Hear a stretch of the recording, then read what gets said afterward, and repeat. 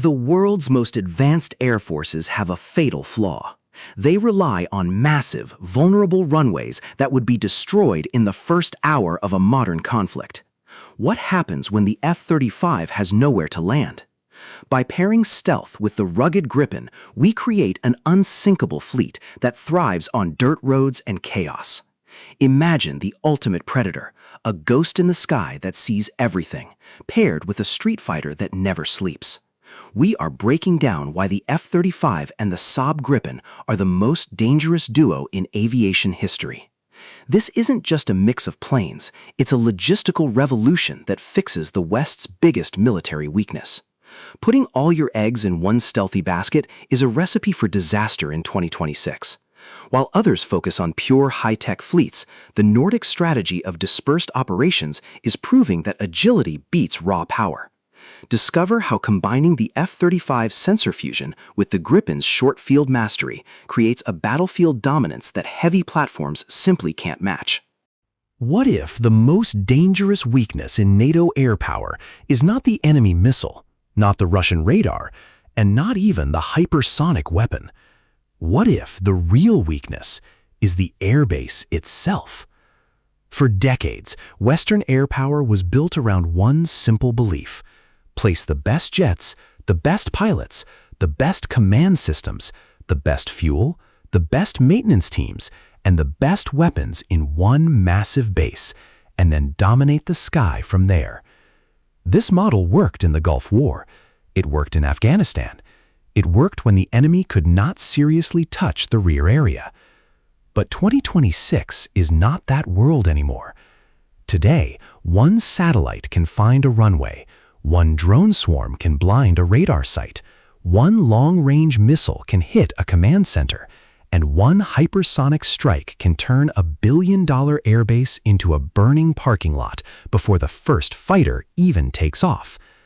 This is the centralized base trap, and this is where the F-35 and the Gripen may become one of the most important fighter combinations of the next air war. The F-35 is not just a fighter, it is a flying sensor brain. It sees, collects, filters, and shares battlefield information. It can enter dangerous airspace, map enemy radars, detect aircraft, and quietly turn chaos into a tactical picture. But here is the uncomfortable truth. The F-35 is also expensive, complex, and maintenance-heavy. It is not the kind of aircraft you want sitting helpless on a damaged runway, waiting for specialized parts, secure systems, and perfect conditions. A pure stealth fleet looks terrifying on paper, but in a real attrition war, paper does not fly. Fuel flies, spare parts fly, ground crews fly, runways matter, sortie rates matter. And if those things collapse, even the most advanced aircraft becomes a museum piece with missiles attached. Before we go deeper, take a second to like the video and subscribe. More than 98% of viewers watch without subscribing. Now look at massive airbases like Ramstein. Ramstein is not just an airbase, it is a symbol of Western military reach. It connects logistics, command, airlift, communications, and NATO coordination. But that is exactly why bases like Ramstein have become high-value targets. In the old world, a huge base meant strength. In the new world, a huge base also means a huge target. That is why NATO and Western air forces are now forced to think more seriously about mobility, redundancy, and survivability. The age of one big secure headquarters, one perfect runway, and one predictable air hub is fading because peer adversaries do not need to defeat every fighter in the sky. They only need to hit the place where those fighters sleep.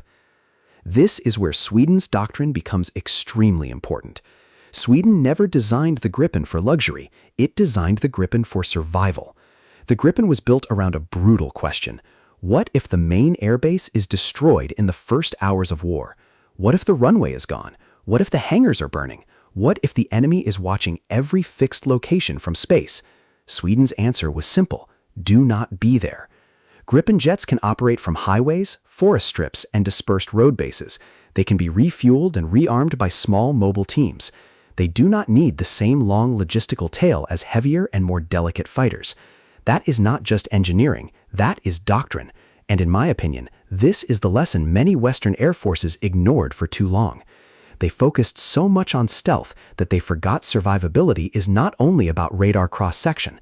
Survivability is also about where you park, how fast you move, how quickly you repair, and how many sorties you can generate after the enemy punches you in the face. The F-35 wins by seeing first, while the Gripen survives by moving first. Together, they create a high-low force multiplier. Imagine a conflict on NATO's northern flank. The first wave begins. Enemy missiles target major bases. Drones hunt fuel depots. Cyberattacks disrupt supply systems. The air war does not start with dogfights. It starts with confusion. In that moment, the F-35 goes forward like a silent quarterback. It detects enemy radars, maps missile batteries, tracks hostile aircraft, and builds a picture that no single fourth-generation fighter could create alone. But the F-35 does not need to take every shot, and that is the key. The Gripen can act as the missile truck, the fast responder, and the road-based survivor. With meteor missiles, strong electronic warfare, and networked tactics, it can receive cues, move from dispersed locations, launch, land somewhere else, and keep repeating the cycle. This is not about saying the Gripen is better than the F-35. It is not. And it is not about saying the F-35 is overrated. It is not. The real point is more serious. No single aircraft can solve the modern air war alone. A pure F-35 fleet gives you elite capability, but also elite cost and elite sustainment pressure. The pure Gripen fleet gives you mobility and numbers, but not the same stealth penetration and sensor advantage. But a mixed fleet gives a mid-sized nation something far more dangerous: balance. The F-35 opens the door, and the Gripen keeps the door open. The F-35 breaks the enemy's picture, and the Gripen keeps pressure on the battlefield. The F-35 is the brain in the shadows, while the Gripen is the blade that keeps cutting after the first strike. This matters because modern war is not won in the first 24 hours.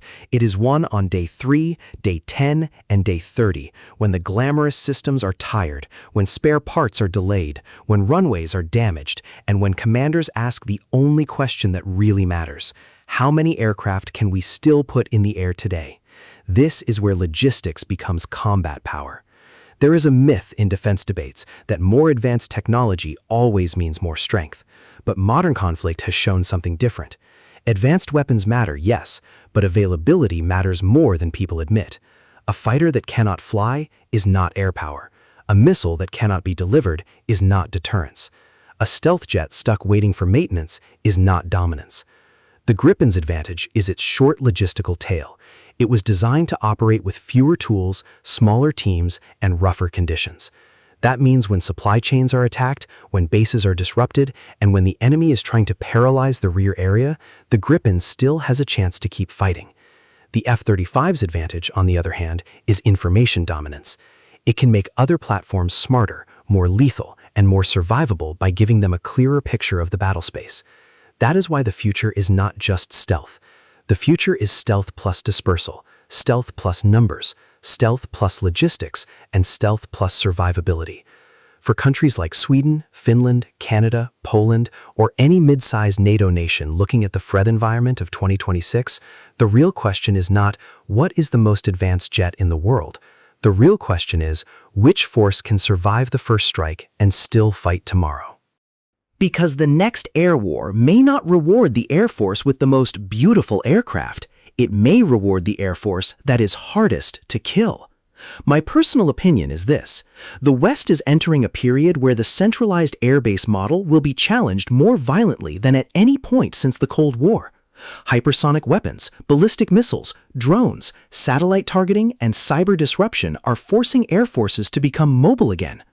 The F-35 is still one of the most powerful aircraft ever built, but the Gripen represents something the F-35 alone cannot fully provide: rugged persistence.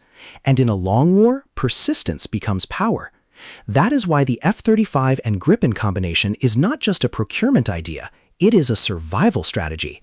One aircraft sees through the darkness, the other keeps flying when the lights go out, and in the next air war, that difference may decide who controls the sky.